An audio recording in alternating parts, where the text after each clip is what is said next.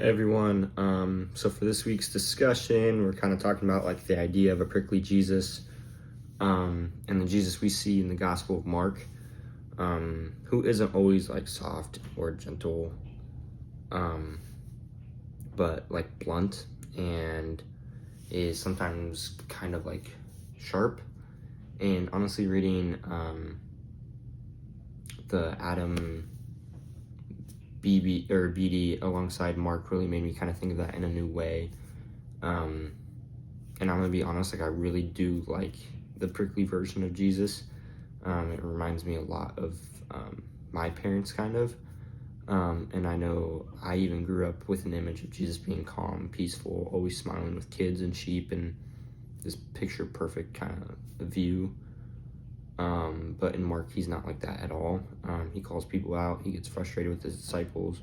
Doesn't sugarcoat anything. He's direct. He's urgent. And he says things that may be harsh, but are very direct and are needed.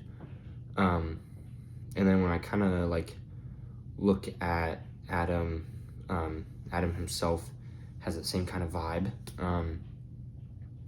And he's honest most of the time. He tells people what they need to hear and not what they want to hear.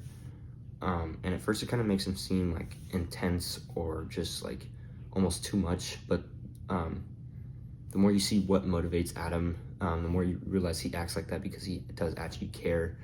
And he takes goodness and truth seriously enough to point out when something is wrong. And putting that next to Jesus kind of like helps me understand his prickliness, if you want to call it that, differently. Jesus isn't always like being rude. He's just trying to wake people up. And I feel like I have a lot of people in my life that do that for me, which helps. And in that way, he pushes the disciples to grow and to think and to stop missing the point. And honestly, that can be uncomfortable at first, but uncomfortability is what makes you grow ultimately. And the uncomfortability is because when Jesus gets like sharp with someone in the text, it makes me think about the areas of my life where I miss the point too. And I may be uncomfortable hearing what I need to hear, not what I want to hear. So it definitely does challenge how I sometimes see Jesus because of the calm side that I saw growing up.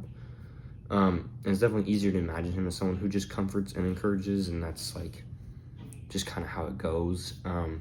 But Mark really does show the real, unfiltered human Jesus who isn't afraid to call things out.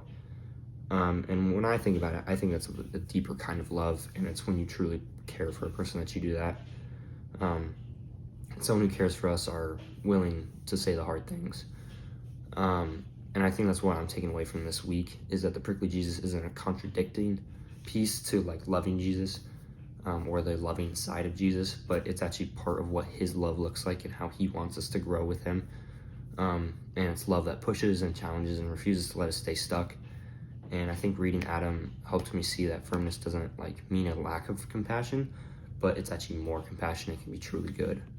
So that's kind of my take.